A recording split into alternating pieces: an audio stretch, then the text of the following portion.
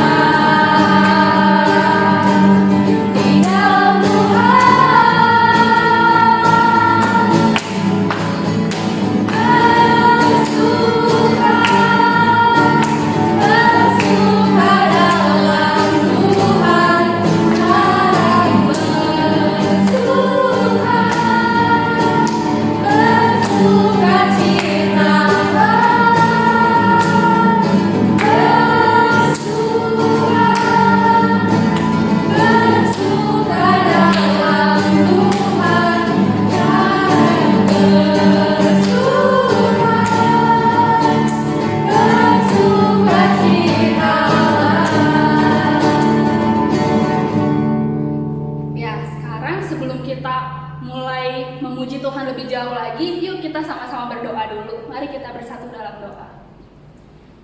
Tuhan Yesus, terima kasih Tuhan, hari ini kami boleh punya waktu dan kesempatan untuk kembali beribadah, kembali mau datang sama Tuhan. Ya Tuhan, di hari Minggu pagi ini Tuhan, kiranya Engkau menyertai ibadah kami Tuhan, meskipun secara online, tapi kami yakin dan percaya Tuhan, kalau Tuhan hadir juga di rumah kami, dimanapun kami berada Tuhan. Tuhan adalah Tuhan yang hidup dalam hati setiap kami. Berkati dan pimpin ibadah kami Tuhan, hanya dalam nama Tuhan Yesus kami berdoa. Haleluya, amin. Ya adik-adik, selain bersuka, kira-kira kita harus apa lagi ya kalau mengikut Tuhan? Menurut ciri apa ya? Kita harus nurut sama Tuhan ya. Ya, boleh nggak sih ya kalau misalkan kita semaunya sendiri kalau mengikut Tuhan? Ciciknya gimana? Nggak boleh dong. Nggak boleh ya adik-adik, kita harus senantiasa taat sama Tuhan. Kalau Cibipi sih mau taat sama Tuhan, kalau Cirika mau nggak? Mau dong taat sama Kalau Tuhan. Cicikel gimana? Mau dong. Nah, kalau adik-adik di rumah juga mau taat sama Tuhan, yuk sama-sama kita nyanyi bareng lagu T-A-A-T-Ta-A.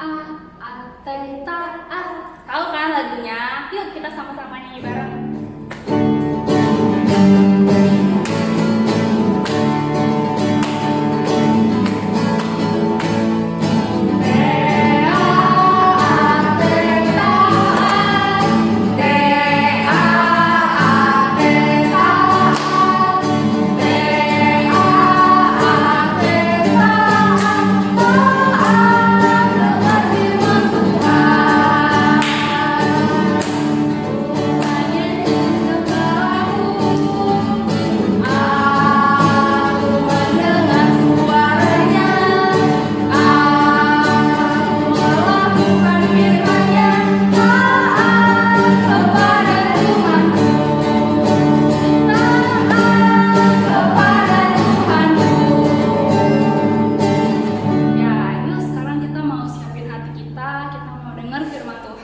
Kita sama-sama angkat pujian menyenangkanmu.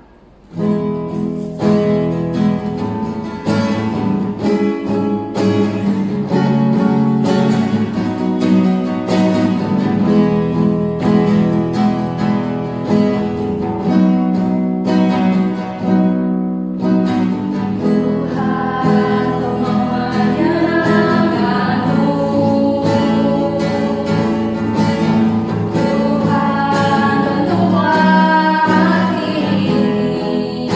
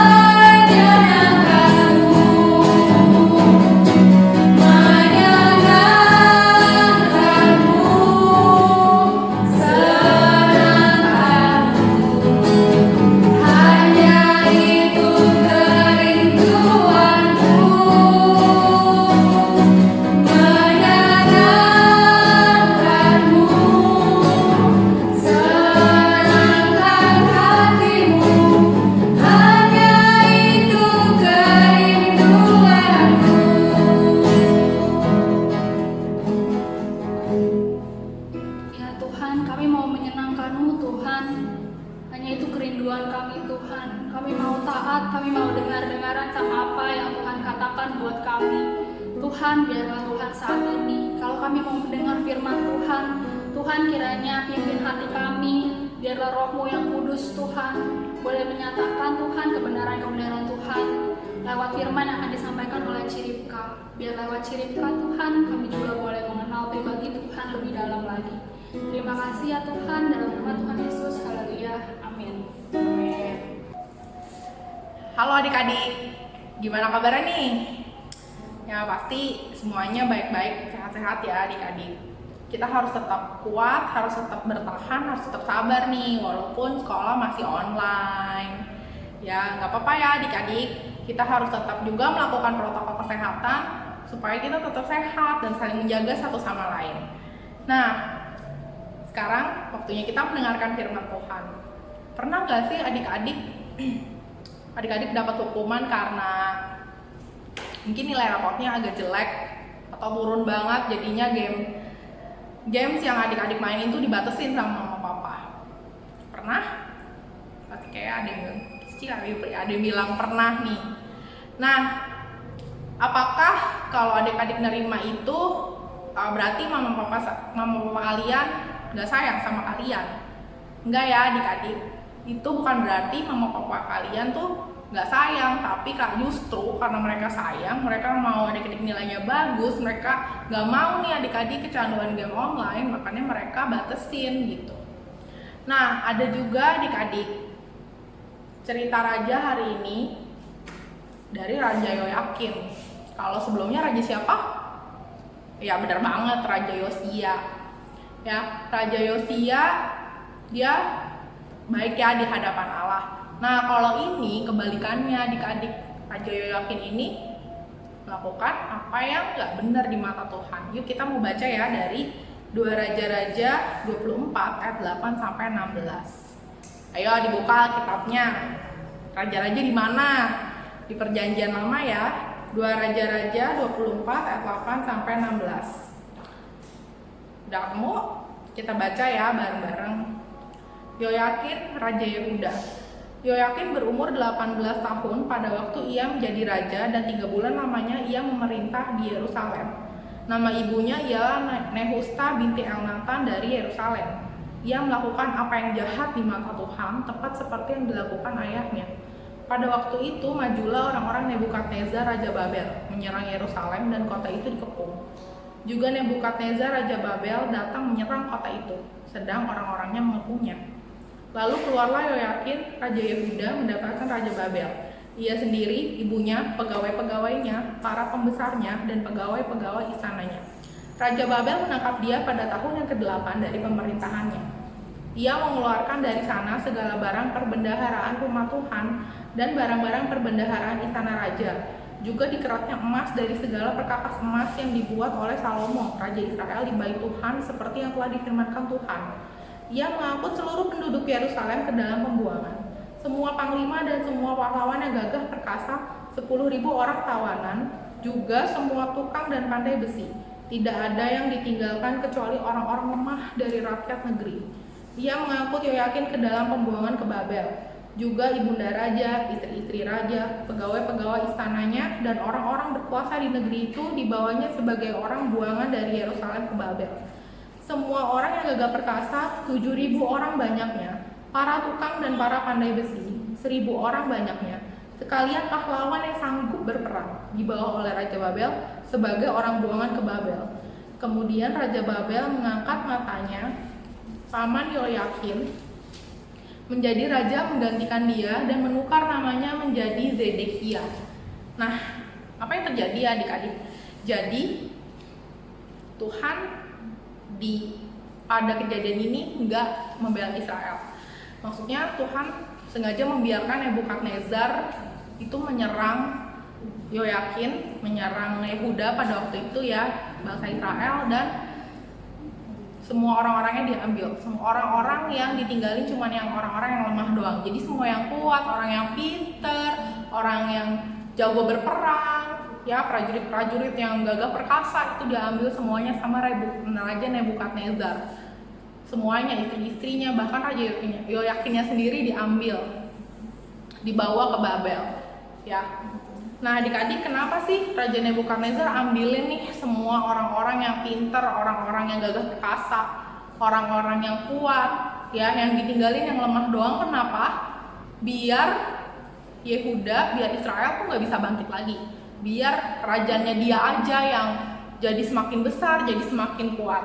Nah, kenapa sih kok Tuhan nggak membuat Raja Yoyakim bisa menang melawan Nebukadnezar? Kenapa Tuhan membiarkan Nebukadnezar mengambil semuanya gitu ya?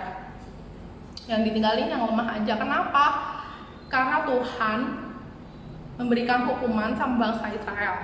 Karena Tuhan mau bangsa Israel tuh sadar dan bertobat. Dia bukannya biarin aja lah, Israel selama ini udah nyakitin hati aku, jadi biarin aja Raja Nebukadnezar menyerang, biar aja, biar Israel tahu rasa. Nggak begitu ya adik-adik. Tuhan mengizinkan Raja Nebukadnezar untuk menyerang Yehuda, untuk menyerang Israel, dan ya ini sama saja dengan dijajah ya. Itu bukan karena Tuhan benci sama bangsa Israel, bukan, tapi karena Tuhan mau menyadarkan bangsa Israel dari kesalahannya. Apa sih kesalahannya bangsa Israel? Kesalahannya yaitu dia menyembah Allah lain, adik-adik, menyembah berhala. Bangsa Israel menyembah berhala, dan ini terjadi berulang-ulang ya. Tuhan gak mau ada Allah lain di Israel. Dan kalau Israel menyembah kepada Allah lain, mereka akan melakukan hal-hal yang jahat di mata Tuhan, hal-hal yang menyakiti hati Tuhan, bahkan menyakiti sesamanya sendiri, karena gak berpegang sama perintah Tuhan. Nah, adik-adik, makanya Tuhan mau memulihkan bangsa Israel. Sengaja nih Raja Nebukadnezar datang, dibiarin sama Tuhan untuk dia menjajah bangsa Israel, dia menyerang bangsa Israel, mengalahkan bangsa Israel, dan bangsa Israel menjadi apa? Tawanan di kerajaannya Nebukadnezar, di negerinya Nebukadnezar.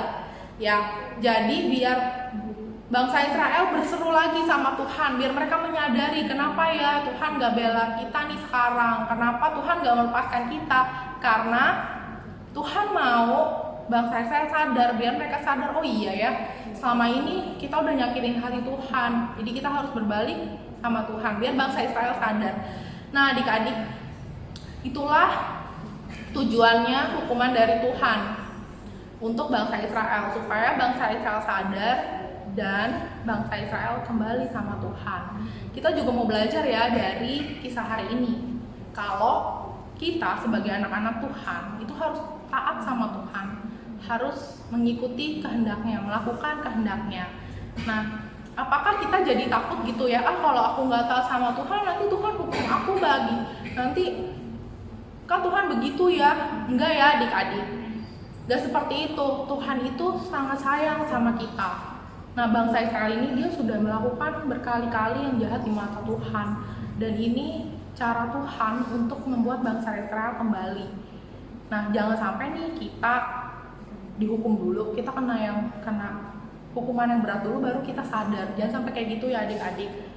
Tuhan itu setia banget sama kita. Jadi kita harus taat juga sama Tuhan, biar Tuhan selalu menyertai kita, memberkati kita.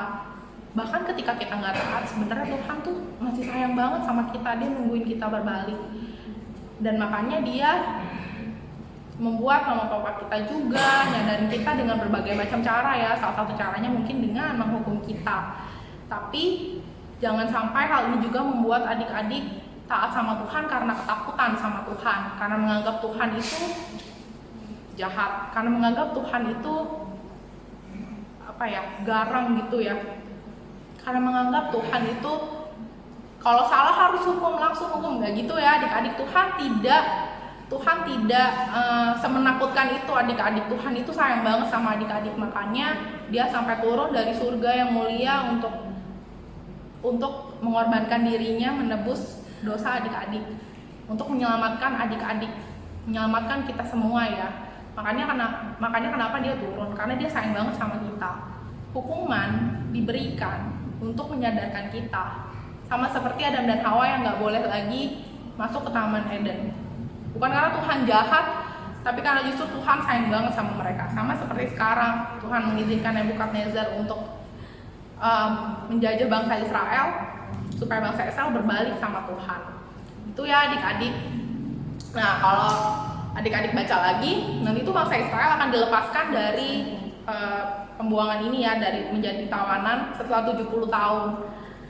Adik-adik bisa baca sih berikut-berikutnya ya kisahnya. Tuhan nggak tinggal diam sama bangsa Israel karena dia begitu mengasihi bangsa Israel dan dia juga mengasihi kita semua. Makanya kita harus terus taat dan setia ikut Tuhan. Ayo, mau taat nggak adik-adik? Mau ya? Ya adik-adik, jadi kita harus selalu setia sama Tuhan, kita harus taat sama Tuhan, bukan karena kita ketakutan sama Tuhan, tapi karena kita mengasihi Tuhan. Ya, yuk adik-adik, sekarang kita berdoa ya. Tuhan, terima kasih Tuhan atas penyertaan-Mu dan berkat-Mu selama ini buat kami Tuhan, anak-anak-Mu. Walaupun Tuhan di masa pandemi ini Tuhan mungkin segala sesuatunya nggak mudah buat kami Tuhan, tapi kami percaya Tuhan selalu menyertai kami, Tuhan selalu memberkati kami, dan kami jadi memiliki kekuatan untuk menjalani hari-hari kami dengan cara yang baru, dengan cara yang berbeda, dan kami bisa tetap bersyukur Tuhan untuk semua yang Tuhan perbuat dalam hidup kami, dan kami bisa juga tetap bersemangat untuk melakukan aktivitas kami. Tuhan, ajarlah kami Tuhan untuk kami taat Tuhan, untuk kami mau mendengar suara-Mu, untuk kami mau melakukan firman-Mu Tuhan tanpa paksaan, melainkan karena kami mengasihi Tuhan, melainkan karena kami mengagumi Tuhan. Takut akan Tuhan yang ada pada kami bukanlah karena ketakutan yang mencengkram Tuhan, tapi karena kagum akan kasih Tuhan. Terima kasih Tuhan, Engkau bimbing kami Tuhan agar kami selalu taat sama Engkau Tuhan. Biarlah Tuhan kami boleh menyenangkan hati-Mu selalu Tuhan, dan bukannya menyakiti hati-Mu Tuhan. Berkati Tuhan gereja kami dengan segala program yang diadakan, yang dikerjakan, dengan kebaktian online yang disusun Tuhan, yang direkam Tuhan. Berkati Tuhan negara kami juga dalam masa-masa ini Tuhan. Biarlah boleh perekonomiannya pulih Tuhan. Biarlah Tuhan apapun Tuhan yang pemerintah lakukan Tuhan boleh berdampak baik Tuhan buat negara ini Tuhan. Berkati juga papa mama kami Tuhan untuk kesehatan mereka dan juga pekerjaan mereka Tuhan, biar apapun yang mereka lakukan berhasil Tuhan, dan Engkau yang menyertai setiap langkah mereka. Berkati kami juga Tuhan, berikan kami hikmat Tuhan, biar kami boleh melakukan apa yang baik di mata Tuhan, apa yang berkenan di mata Tuhan. Kami boleh terus melakukan protokol kesehatan Tuhan untuk menjaga diri kami, keluarga kami, juga orang-orang yang kami kasihi Tuhan. Terima kasih ya Bapak, kami serahkan doa ini ke dalam tangan-Mu Tuhan. Hanya di dalam nama Tuhan Yesus kami berdoa dan mengucap syukur. Amin. Ya adik-adik, sekarang tiba waktunya bagi kita untuk memberikan persembahan. Buat adik-adik yang memberikan persembahan, bisa mengumpulkannya di dalam amplop yang nanti dibawa ke gereja saat kita bisa ibadah bersama lagi, atau bisa titip ke mama papa untuk ditransfer ke rekening gereja. Ya sekarang kita mau bawa persembahan kita dengan doa ke Tuhan. Yuk sama-sama kita berdoa. Tuhan Yesus, terima kasih atas penyertaan-Mu buat hidup kami Tuhan. Terima kasih untuk setiap berkat yang Tuhan berikan bagi kami. Sekarang Tuhan kami memberikan Tuhan persembahan kami memberikan apa yang kami miliki bagi Tuhan. Biarlah persembahan ini Tuhan boleh berguna bagi gereja-Mu Tuhan, dan terlebih Tuhan boleh memberkati. Hanya dalam nama Tuhan Yesus kami berdoa, haleluya, amin. Nah, kalau dari tadi ceritanya Cirika, kalau aku merasa kita tuh harus belajar dari Raja Yoyakin loh. Jangan sampai karena nggak taat sama Tuhan, kita nyeselnya belakangan. Bener nggak Cirika? Iya benar banget. Jadi karena tidak taatan Raja Yoyakin dan juga bangsa Israel, mereka harus mengalami dulu deh pembuangan ke Babel, ya nggak Ci? Iya, kalau misalnya bangsa Israel taat kan nggak harus dibuang dulu ya, maksudnya nggak harus ngalamin hal yang sulit dulu untuk mendapatkan pelajaran gitu ya. Tapi tetap ya Tuhan itu mengasihi bangsa Israel, makanya kenapa Dia memberikan hukuman itu. Justru karena mengasihi biar bangsa Israel sadar ya. Iya. Tapi kita kan nggak mau ya adik-adik kalau kita tuh harus mendapat hukuman dulu baru sadar. Lebih baik dari awal kita udah taat duluan sama Tuhan. Bener nggak Cikel? Betul ya. Yuk sekarang kita sama-sama mau nyanyi. Ku mau berjalan dengan juru selamat. Dengan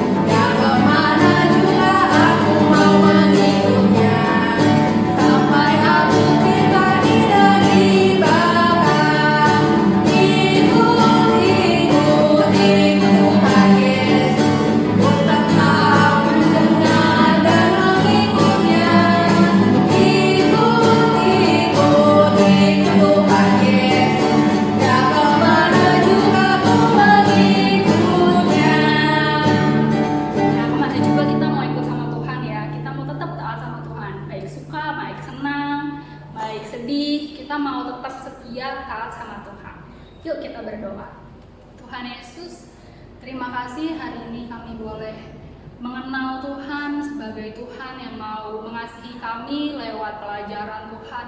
Tapi kami mau taat Tuhan, kami mau belajar dari Raja Yoyakin, kami mau lebih dulu taat sama Tuhan, lebih dulu mendengarkan perintah Tuhan, ketimbang menerima hukuman Tuhan baru bertaubat. Tuhan, kami mau menjadi anak-anak yang taat Tuhan. Berkatilah kami supaya kami boleh taat sama papa mama, kami boleh taat sama guru-guru, kami boleh taat sama perintah-perintah Tuhan.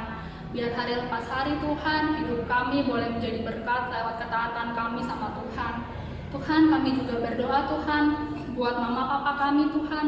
Tuhan kiranya menyertai mama dan papa supaya senantiasa sehat. Tuhan berkati dan lindungi dalam pekerjaan mama dan papa kami. Dan Tuhan juga yang memberkati senantiasa. Tuhan Yesus juga berkati keadaan kami saat ini Tuhan, bangsa dan negara kami, supaya virus corona ini cepat berlalu Tuhan, sehingga kami boleh beraktivitas kembali dengan baik, kami boleh bertemu lagi dengan teman-teman kami Tuhan. Dan di dalam masa-masa saat ini Tuhan, berikanlah setiap kami kekuatan untuk boleh tetap bertahan, untuk boleh tetap menjadi berkat buat orang-orang di sekitar kami. Terima kasih ya Tuhan, kami menyerahkan doa kami ini Tuhan hanya dalam nama Tuhan Yesus. Haleluya.